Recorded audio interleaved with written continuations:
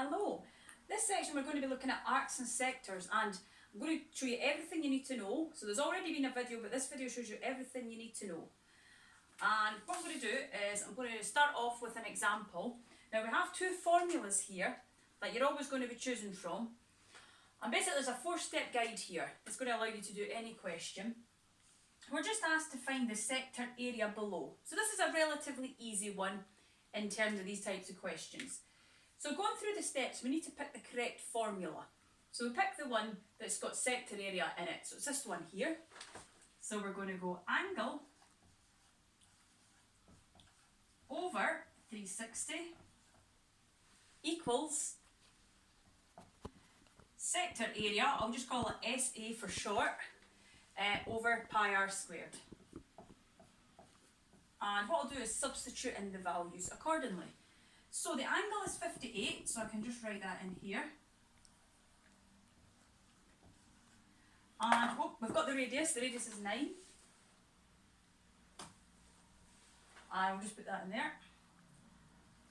So it's 9 squared. 9 squared is 81, so I can just change that to 81.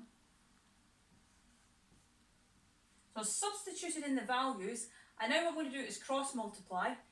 So it becomes these two times together, then these two times together. So it's 58 times pi times 81 equals the sector area times 360. And then divide the opposite side. So I'm trying to get sector area on its own. So it's like changing the subject to the formula. If this is the one I want, so I'm going to divide this side by 360. So I just do all that over 360 and I get 41 centimetres squared. Now that one's probably quite an easy example that you could probably have done. I'm going to show you another example. Pause.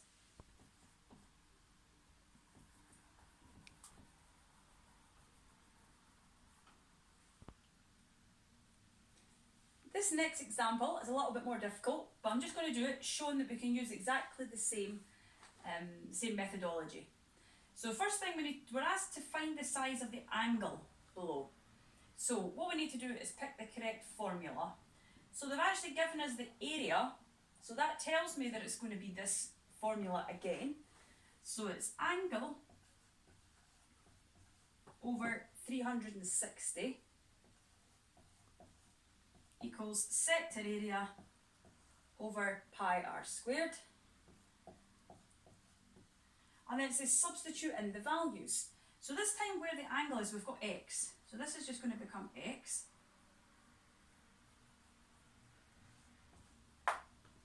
The sector area we have is 11.6. We've got the radius, that's 6. So the radius goes in here. So 6 squared is 36, so it's pi times 36. And then it says cross multiply, so it's going to be x times pi times 36 equals 11.6 times 360. And then again, we want to make this the subject to the formula. So to get rid of some times from one side, we divide on the other side. So it's x equals 11.6 times 360 divided by pi times 36, which gives me 37 degrees. So that's the size of the angle in here. We're going to pause for a moment.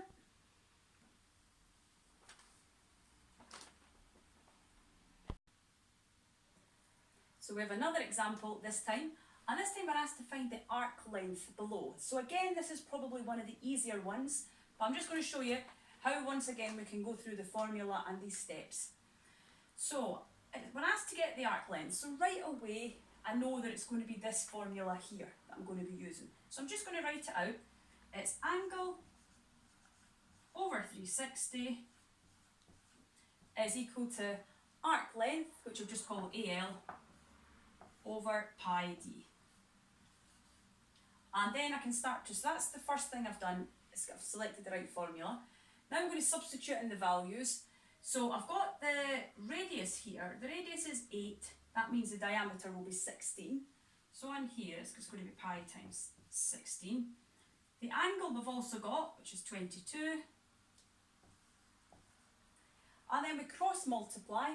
So it becomes 22 times pi times 16 is equal to arc length times 360. And then I divide on the opposite side, so to get the arc length on its own, I'm just dividing the other side by 360. So it can kind of remind you a little bit of SOHCAHTOA in that respect.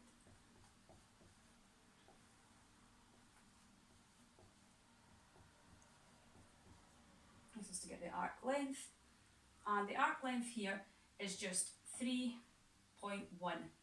centimetres. So it's not necessarily drawn to scale, but that is 3.1 centimetres. I'm going to use another example, but we'll pause.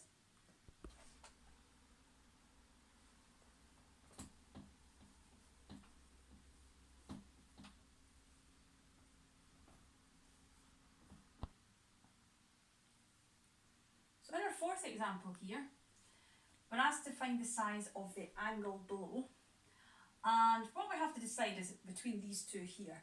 Now what we actually have is we have the arc length here. This is the arc length. So we know that we're going to be using this formula here.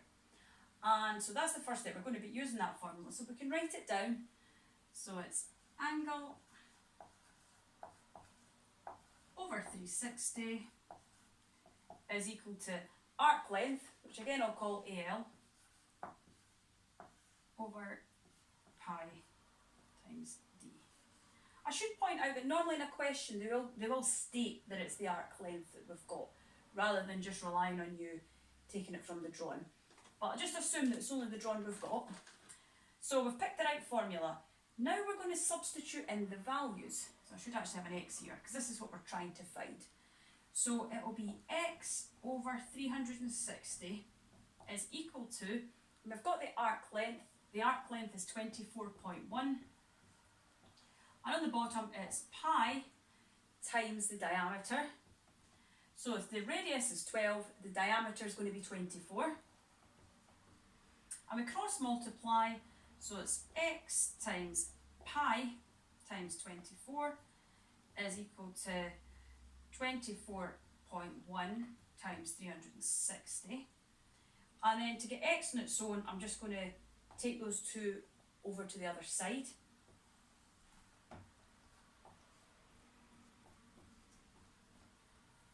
Now I should point out here that probably what you might be thinking in a lot of these is we could have just times that side by 360, which is absolutely the case, and that would be fine.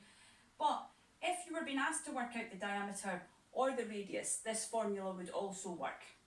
So we'll imagine now we're getting x on its own, and in order to do this, we would end up with 115 degrees. So x would be 115 degrees. So once again, you could have just times that side by 360, that would also get you x on its own. I'm going to do one more example, we'll pause.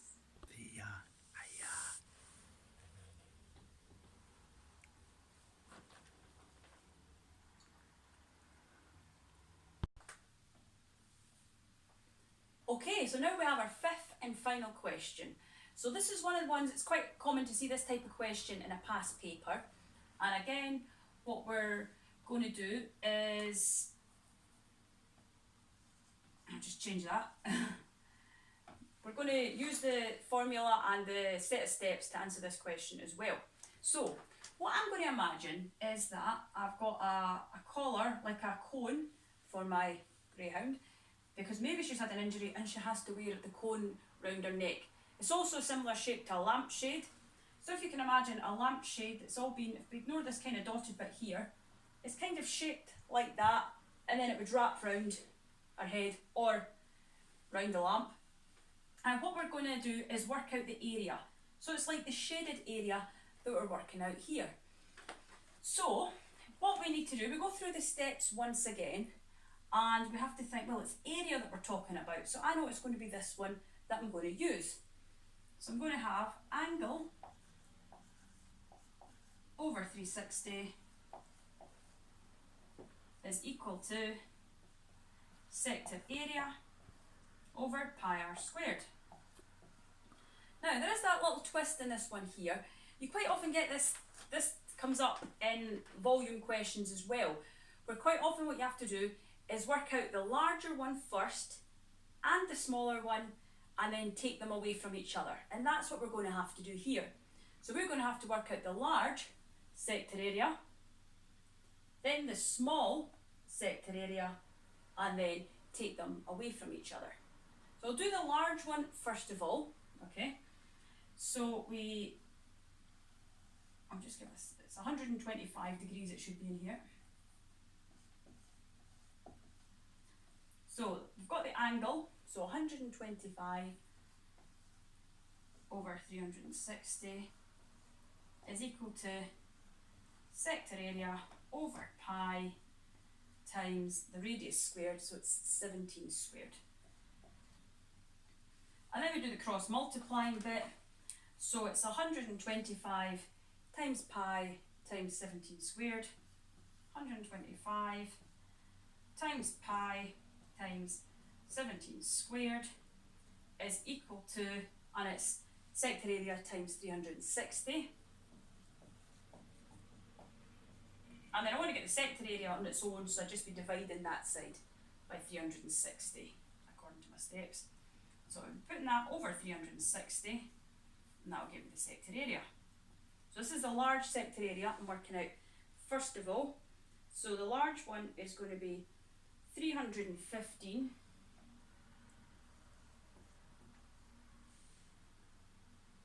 0.25 centimetres squared. So that's the large one. We're going to work out the smaller one, so just pause.